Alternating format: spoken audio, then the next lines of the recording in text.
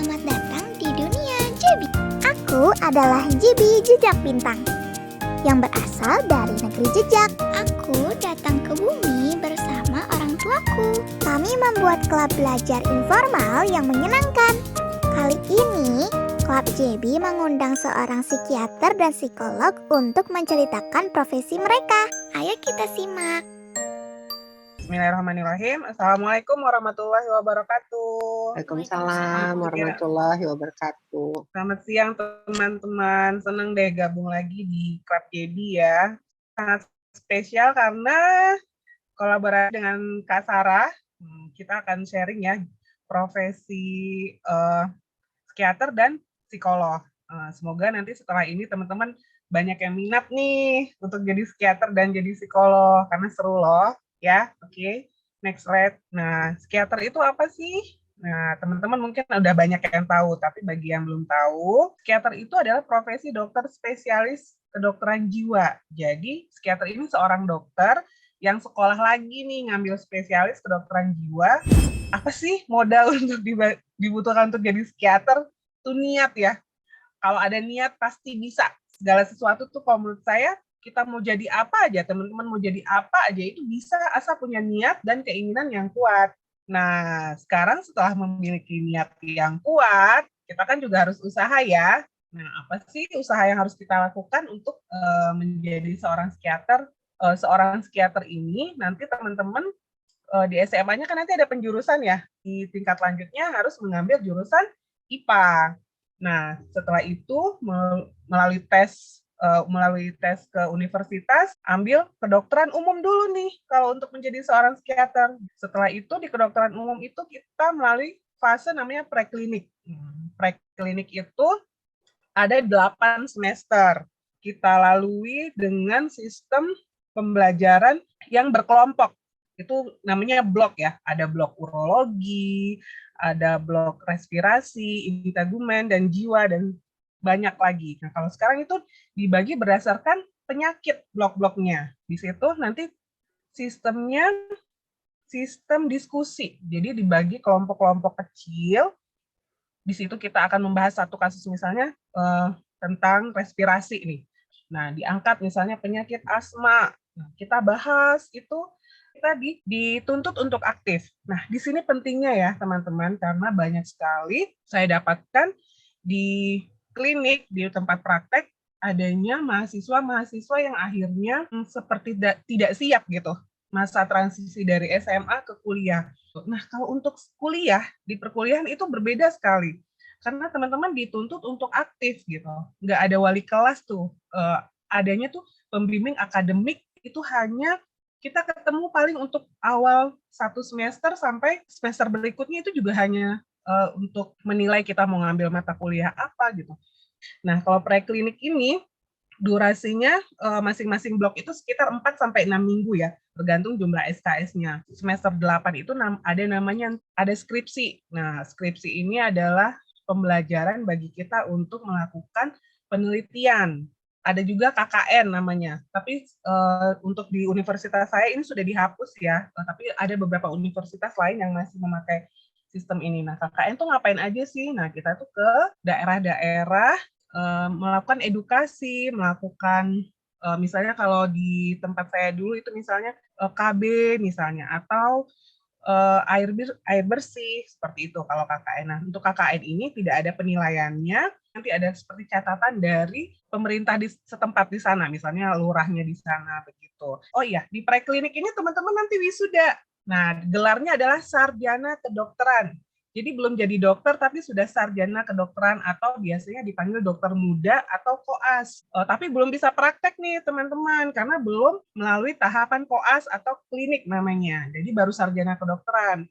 Jadi untuk jadi dokter, kita koas lagi nih selama 2 tahun ya. Kita ada koas namanya mayor dan minor. Kalau mayor itu ada 4. Ada bedah, ada anak, ada penyakit dalam, dan ini kesehatan masyarakat. Ini kita lalui tahapannya 12 minggu, teman-teman. Jadi di bedah itu kita 12 minggu, di stase inter penyakit dalam kita 12 minggu, di stase anak kita 12 minggu, di stase kesehatan masyarakat kita 2 minggu. Sama objin satu lagi, maaf, jadi ada 5. Kalau preklinik tadi itu kita di kampus nih, duduk yang ya kayak sekolah biasa nih, ada materi kayak gitu. Nah, kalau klinik ini atau koas ini kita di rumah sakit, teman-teman. Jadi nanti dibagi kelompok-kelompok, biasanya 10 sampai 12 orang. Nah, itu nanti ada jaga malamnya di rumah sakit. Terus ada tugas-tugasnya. Jadi kita harus ada visite. Nah, apa aja sih yang minor ini apa? Ada jiwa, ada THT, ada mata, ada neurologi atau saraf, ada kulit kelamin, patologi klinik, dan masih banyak lagi. Nah, ini stasenya kita lewatin 6 minggu, teman-teman. Nah, kita lalui juga sama nih di rumah sakit. Cuman bedanya, ini biasa tidak ada jaga malam nih. Kayak THT itu kita nggak ada jaga malam, kita cuman datang pagi, pulang sore gitu. Nah, misalnya contohnya jiwa ya, kita datang pagi-pagi, kita visite pasiennya, keluhannya apa, kita catat diagnosanya, tata laksananya, seperti itu. Dan di akhir stase, nanti ada ujian. Ujiannya itu kalau untuk di jiwa, ada 2, ujian tulis dan ujian pasien. Ujian tulis tuh ya teori ya, di kertas kita jawab nih, jawaban soalnya apa, kita jawab. Nah, untuk ujian pasien ini lucu, karena kita kan harus berkomunikasi dengan pasien. Kebanyakan di sini nih gagalnya, karena ada trik-triknya kan untuk berkomunikasi dengan orang dengan gangguan jiwa gitu. Nah, kita harus berkomunikasi, jadi kita nggak tahu nih, nanti kita disiapkan seorang pasien, kita nggak tahu diagnosanya apa, kita harus mewawancara pasien itu di depan penguji. Gitu, kita wawancara, kemudian dikasih waktu. Nah, ini lagi nih yang bikin deg-degan, karena hanya dikasih waktu 10-15 menit. Dalam 15 menit itu kita harus bisa merangkum apa sih keluhannya pasien, tanda-tanda yang kita dapatkan untuk gangguan jiwanya, kemudian apa kesimpulan kita? Ini pasien diagnosanya apa? Sakitnya apa? Kemudian apa tata laksana yang mau kita lakukan? Psikofarmakanya apa? Psikofarmaka itu obat-obatnya apa? Kemudian psikoterapinya apa yang harus kita lakukan? Kemudian itu kita presentasikan teman-teman ke pengujinya. Setelah itu kita menunggu apakah kita lulus atau tidak. Kalau misalnya kita lulus, kita bisa ke stase berikutnya. Tapi kalau kita nggak lulus, itu ada beberapa kemungkinan. Misalnya hanya mengulang ujian atau mengulang stase kalau memang nilainya sangat kecil. Gitu. Selama klinik, selama koas ini, kita udah dibayar belum sih? Nah, untuk sistem di Indonesia nih, teman-teman, seorang koas, seorang dokter muda yang praktek di rumah sakit itu belum dibayar karena masih dalam tahap pendidikan. Justru kitanya nih yang bayar ke rumah sakit, karena pasien itu kan sumber ilmu ya, gitu. Kita dapat pembelajaran tuh justru dari pasien. Oh, pasien seperti ini nih, yang menunjukkan tanda-tanda sakit A, gitu. Jadi kita dapat ilmu banyak nih dari pasien. Nah, kemudian setelah selesai nih semua stase mayor, setelah selesai stase minor yang kurang lebih semuanya itu kalau kita rangkum kurang lebih 2 tahun, nah disitulah baru kita menjadi seorang dokter. Dokter apa ya? Dokter umum, baru dokter umum ya teman-teman gitu. Dari tahun 2007 ada sistem baru. Jadi setelah dokter umum itu nggak bisa ternyata langsung praktek. Ada ujian lagi teman-teman dari pusat, ujian kompetensi lah. Istilahnya kita nih kompeten nggak sih walaupun kita sudah melalui preklinik, sudah melalui koas, di rumah sakit 2 tahun, kita nih kompeten nggak sih? Mampu nggak sih kita menjadi seorang dokter untuk praktek, untuk melayani ini orang-orang yang sakit itu kita mampu nggak? Nah, untuk ujian kompetensi ini, materinya apa? Ya semua dari ujian dari preklinik dan koas itu semua dirangkum. Itu sekitar kalau dulu 200 soal ya teman-teman. Kita itu ada ujiannya kasus, ada ujiannya yang teori biasa, tapi kebanyakan kasus gitu, kasus diagnosa. Ini kita disuruh menganalisa ini sakitnya apa. Di sini kebanyakan jatuhnya di sini karena mungkin rangkuman dari semua mata pelajaran dan dari semua ini kebanyakan harus mengulang. Tapi kalau banyak juga yang langsung lulus. Nah, kemudian setelah lulus ujian kompetensi ini, teman-teman akan dapat surat kompetensi untuk bisa praktek. Tapi sayangnya hanya di tempat internship yang kita pilih. Internship apa sih? harus mengabdi dulu nih, mengabdi dulu ke negara selama kurang lebih setahun di puskesmas atau rumah sakit pilihan kita. Nah, itu selama 1 tahun, nggak boleh di tempat lain. Nah, kabar gembiranya ini sudah dibayar oleh pemerintah ya, teman-teman, dengan gaji yang UMR lah ya. Jadi tergantung daerah, tergantung rumah sakit, atau tergantung puskesmas. Nah, setelah lulus dari internship, teman-teman bisa praktek di 3 tempat nih sebagai dokter umum. Nah, tapi kan kita lagi ngomongin psikiater nih. Nah, setelah jadi dokter umum, kalau mau jadi psikiater, teman-teman harus sekolah lagi. Namanya PPDS. Oh, sebelum untuk jadi PPDS, biasanya di persyaratan ujiannya itu biasanya harus melalui PTT. PTT ini pilihan ya sebenarnya, teman-teman, tidak wajib sekarang. Kalau dulu wajib, kalau sekarang ini pilihan. Boleh ikut, boleh tidak. PTT apa sih? Pegawai tidak tetap. Nah, ini mengabdi lagi nih, seperti yang internship, cuman bedanya kita sudah dapat nih sertifikat 3 tanda registrasi yang boleh praktek di 3 tempat. Nah, ini metodenya adalah pendaftaran ke pusat, ke Kemenkes. Nah, itu nanti ada pilihannya adalah sangat terpencil atau biasa. Kalau dulu saya di Natuna, namanya Pulau Serasan. Pulau kecil di tengah laut yang hampir dekat sama Vietnam kalau nggak salah. Jadi itu 14 jam naik kapal laut dari ibu kotanya Natuna, Turanai. Kita mesti naik kapal 14 jam lagi dan nggak ada pelabuhannya. Jadi kita diturunin di tengah laut, teman-teman. Nanti di tengah laut itu nanti ada yang jemput tuh. Namanya di sana Pompong kalau nggak salah. Jadi kita turun, nah dari Pompong, dari kapal kecil itu barulah ke pulau yang saya nanti kerja di sana. Durasinya 1 tahun ya teman-teman untuk pegawai tidak tetap ini, dan ini kita dapat gaji dari pusat. Nah, ini ada perbedaan gajinya. Sangat terpencil itu gede nih, kalau yang biasa yang terpencil lebih kecil, dan biasa itu jauh ini UMR biasa.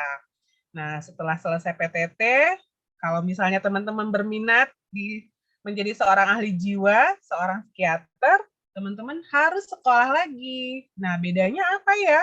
Sekolah spesialis dan sekolah dokter umum. Kalau dokter umum kan ada pilihannya universitas negeri dan swasta ya, teman-teman. Tapi kalau untuk mengambil spesialis, itu hanya ada di universitas negeri. Di swasta nggak bisa. Untuk di Indonesia belum bisa. Kalau saya kan ngambil spesialis jiwanya di Solo, Universitas 11 Maret. Untuk tes PPDS ini, PPDS apa sih?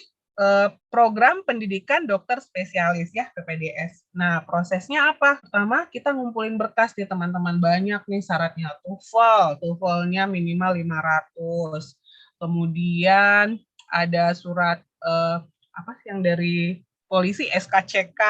Kemudian kita mesti ada minimal IPK, kemudian ada minimal akreditasi universitas dokter umumnya. Jadi kalau misalnya di jiwa yang 11 Maret, mereka mau terima yang dari akreditasinya hanya yang A misalnya. Ini penting untuk diketahui agar nanti teman-teman tidak kesulitan nih. Sebenarnya pengen dokter, misalnya nih teman-teman ada yang pengen jadi dokter anak, harus tahu nih apa sih syarat-syaratnya. Nah, untuk jadi seorang psikiater, apa syarat-syaratnya? Nah, ini penting karena sayang kan kalau udah dokter umum, pas mau ambil spesialis ternyata syarat-syaratnya nggak bisa terpenuhi.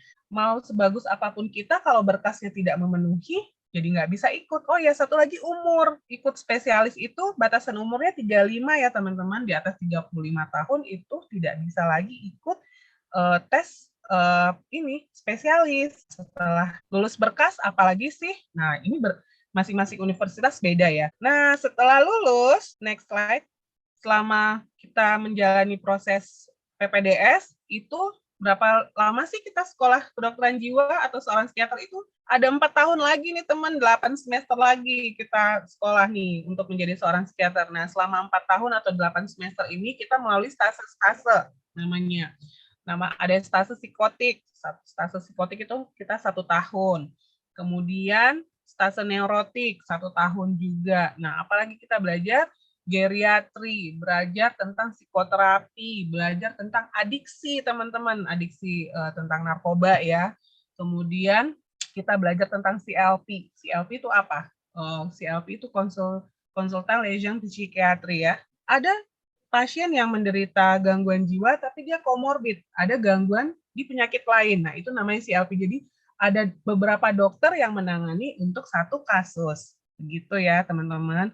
Nah, setelah 8 semester dilalui, nanti teman-teman dapat ini lagi nih tugas namanya tesis. Nah, kalau tadi di dokter umum adalah skripsi, tesis ini tingkatannya lebih tinggi lagi penelitiannya ya. Jadi kita melakukan penelitian dan melakukan intervensi. Kalau misalnya seorang psikiater kan ada 2 ya intervensi yang bisa dilakukan, yaitu psikofarmaka dan psikoterapi. Setelah kita selesai nih penelitian, kita presentasiin nih hasil tesisnya seperti apa. Nah, setelah lulus, kita ujian lagi. Namanya ujian board, ujian nasional. Itu kita diuji oleh prof dan guru besar dari universitas lain. Kalau dinyatakan lulus, barulah kita punya gelar SPKJ, spesialis kedokteran jiwa atau psikiater. Jadi dokter umum yang mengambil spesialisasi di bagian jiwa, jadilah seorang psikiater. Nah, kalau sudah jadi seorang psikiater, tugas teman-teman apa sih layaknya seorang dokter? Biasanya kan akan melayani pasien di poliklinik ya. Jadi pasien-pasien yang tidak memiliki keluhan yang gawat dan evaluasi di bangsal. Nah, di bangsal ini nanti kita juga melalui penanganan rawat bersama namanya, yaitu CLP. Nah, jadi misalnya ada pasien stroke misalnya. Pasien stroke, dia depresi, sedih nih, karena yang tadinya aktif, kerja dari pagi sampai malam, tiba-tiba stroke, lemah, kakinya, tangannya nggak bisa gerak, kemudian sedih, jatuh ke fase depresi. Nah, biasanya dokter neurologinya akan mengkonsulkan ke bagian jiwa, mohon tata laksana di bagian teman sejawat jiwa atau psikiater untuk pasien ini yang mengalami depresi dengan diagnosa pada bagian mereka adalah stroke hemoragik, stroke dengan perdarahan misalnya ya. Kemudian ada pemeriksaan narkoba nih teman-teman. Jadi kalau misalnya ada beberapa instansi atau beberapa perusahaan yang menginginkan ada evaluasi berkala nih untuk pegawainya untuk pemeriksaan narkoba. Nah, ini juga adalah salah satu ranah dari seorang psikiater. Kemudian melakukan visum. Nah, mungkin visum teman-teman taunya forensik ya yang melakukan, tapi dokter jiwa juga melakukan visum. Misalnya kalau untuk kasus yang terkenal yang itu ya kopi sianida misalnya, itu benar nggak sih orang ini melakukannya dengan sadar penuh atau pasien ini mengalami gangguan jiwa gitu. Karena kalau di hukum kita, kalau memang dia melakukan itu pada saat dia memiliki keluhan atau pada saat akut ya gangguan, bisa bebas dari tuntutan hukum. Ini tugas seorang psikiater nih untuk menentukan apakah individu tersebut sedang akutkah gangguan jiwanya atau bagaimana. Ini kita harus visum. Kemudian MPI ini adalah evaluasi atau tes kesehatan ini ya, kesehatan jiwa. Jadi sama kayak medical check up teman-teman. Kalau medical check up kan, oh gulanya berapa, kan kita harus periksa lab, periksa tensi ya kalau medical check up. Nah, kalau untuk di jiwa, medical check up-nya namanya MPI. Dan psikoterapi, teman-teman. Psikoterapi ini mungkin akan banyak miripnya ya dengan Kak Sarah nanti gitu. Psikoterapi ini macam-macam, teman. Psikoterapi ini adalah pengobatan non-farmakologi. Jadi bukan obat-obatan, teman-teman, tapi melalui beberapa teknik untuk mengatasi keluhan dari pasien. Oke, next. Ini foto saya ujian board. Jadi ini Prof dari Jakarta. Oke, next aja ini. Ini foto yang paling kiri waktu saya menjalani hipnosis ya untuk pasien yang mengalami obsesif kompulsif. Jadi di hipnosis, yang gambar kedua itu di poliklinik, gambar yang ketiga ini waktu saya menjadi dokter di kesehatan waktu ini haji, waktu dokter umum ini. Next. Nah, waktu menjalani proses PPDS kita juga harus menjalani penelitian tuh 3, yang tesis kan yang besar ya, kalau yang 2 itu penelitian kecil, dan itu harus kita presentasiin di ilmiah nasional. Yang pertama saya dapat oral, cuman nggak ada fotonya, ini yang poster. Jadi kita harus presentasi ilmiah nasional ya teman-teman, untuk sebagai syarat ikut ujian board, ujian nasional, ujian untuk jadi seorang psikiater harus melalui ini dulu. Oke, next. Kemudian, ya. Nari juga nih Teh Eka ya. Kan Tadi kayaknya ngebayangnya stres ya teman-teman, banyak banget gitu. Tapi enggak kok, ada seneng-senengnya juga gitu. Jadi ada kayak pentas seni kayak gitu-gitu adalah sedikit-sedikit ya, walaupun jarang. Nah ini biasanya anak semester 1 nih, junior banget, disuruh nari lah, disuruh nyanyi. Nah ini waktu saya semester 1 ya, mau nggak mau nih harus ngejalanin. Oke, next. Oke, yang kiri itu bus waktu di Mekah ya, waktu saya jadi petugas haji. Jadi seorang psikiater juga bisa dikirim oleh pemerintah ya teman-teman. Jadi dalam satu rombongan haji itu ada dokter umum, ada dokter ahli jiwa atau psikiater, ada dokter bedah. Nah, jadi nanti kalau teman-teman jadi psikiater, jadi bisa nih. Jadi naik hajinya dibayarin, dapat gajinya juga lumayan. Nah, kalau yang sebelah kanan ini adalah foto waktu saya ditugaskan untuk trauma healing waktu gempa di Lombok. Jadi saya dikirim 2 kali dalam satu pengiriman tuh 11 hari. Jadi saya dikirim lagi 2 bulan kemudian jadi 11 hari. Jadi kita ini di sana kan sangat trauma ya dengan gempa yang berpotensi tsunami waktu itu. Jadi kita melakukan pendekatan secara psikoterapi di sini untuk teman-teman yang di sana yang mengalami trauma akibat bencana alam. Oke, next. Nah, ini di perumahan Lombok ya. Nah, ini mereka juga sekolahnya di tenda-tenda. Mereka ini sebenarnya sekolahnya masih bisa nih, tapi mereka nggak ada yang berani masuk ke gedung karena trauma. Jadi tetap mau di tenda begini. Nah, ini trauma ini yang kita atasi. Oke, next. Ini kalau ini yang ada panahnya ini adalah ini ya. Jadi kakinya itu diikat, jadi dipasung. Jadi di Lombok itu belum bebas pasung. Jadi orang dengan gangguan jiwa masih dianggap aib ya, kasihan stigmanya masih begitu. Jadi ditaruh di sini, kakinya dipasung, nggak bisa kemana-mana. Sudah edukasi ke keluarga, ke pemerintah setempat tetap ya nggak bisa. Tetap ditaruh di sana. Kemudian yang sebelah kanan itu, nah psikoterapi kan ada yang berbagai macam ya. Salah satunya adalah psikoterapi religi. Nah ini sedang memberikan penguatan dari segi agama agar masyarakat di Lombok menjadi lebih kuat begitu. Oke, next. Nah ini sistem perairan dan di Lombok waktu itu masih sangat menyedihkan ya. Jadi mereka minum tuh nggak ada yang minum air mateng teman-teman. Jadi ini langsung dari sungai Kak. Ini cuman nggak dimasak dulu. Jadi ini misalnya di hulunya ada sapi yang lagi mandi, ada yang nyuci, ada yang buang air. Di sininya ngambil minum. Padahal kan airnya ngalir ya teman-teman. Ya. Gitu deh. Next. Itu yang kita psikoedukasi juga. Nah ini seorang psikiater juga masuk bangsal COVID ya. Karena COVID menyebabkan gangguan mental juga. Ada stres, ada cemas. Jadi kebanyakan dokter paru yang merawat akan mengkonsulkan ke bagian jiwa untuk pasien-pasien yang dirawat dengan COVID yang mengalami gangguan jiwa. Oke, next. Seperti pasien ini mengalami gangguan cemas, nggak bisa tidur karena pasiennya COVID-nya agak berat, jadi dia cemas, nggak bisa tidur, dan masih scroll, baca-baca berita COVID, banyak yang meninggal, ini jadi tambah cemasnya. Jadi saya masuk untuk psikoedukasi dan memberikan tata laksana lebih lanjut agar cemasnya teratasi, dan diharapkan dengan cemasnya teratasi, imunitasnya meningkat, jadi proses penyembuhannya lebih baik begitu. Oke. Terima kasih. Semoga bermanfaat. Deg-degan sekali nih dengan presentasi Kak Eka nih. Betul. Ternyata tahapannya sangat banyak, walaupun kelihatannya rumit, tapi ternyata tetap dijalani dengan senang hati nih. Iya. Ini ada beberapa pertanyaan. Iya. Sebelum kita ke narasumber satu lagi, kita bacain pertanyaan dulu mungkin ya Kak Nana. Silakan Kak Nana. Ini untuk pertanyaannya, untuk pertanyaan dari Aiman dan Maisa Rahma, kita tahan dulu ya, karena ini kan pertanyaan dari Aiman adalah apa perbedaan psikiater dan psikolog, dan yang pertanyaan Maisa tentang profesi psikolog. Jadi yang saya tanyakan pertanyaan dari Maulani dulu ya. Jadi total untuk menjadi psikiater itu berapa lama Kak Eka? Preklinik 4 tahun, koas 2 tahun, untuk PPDS 4 tahun. Jadi 10 tahun itu kalau lancar. 10 tahun itu normal. 10 tahun itu normal, oke. Lalu ada pertanyaan kedua dari Maulani, apa motivasi kakak untuk menjadi psikiater? Waduh, motivasi ya. Kenapa saya mengambil psikiater?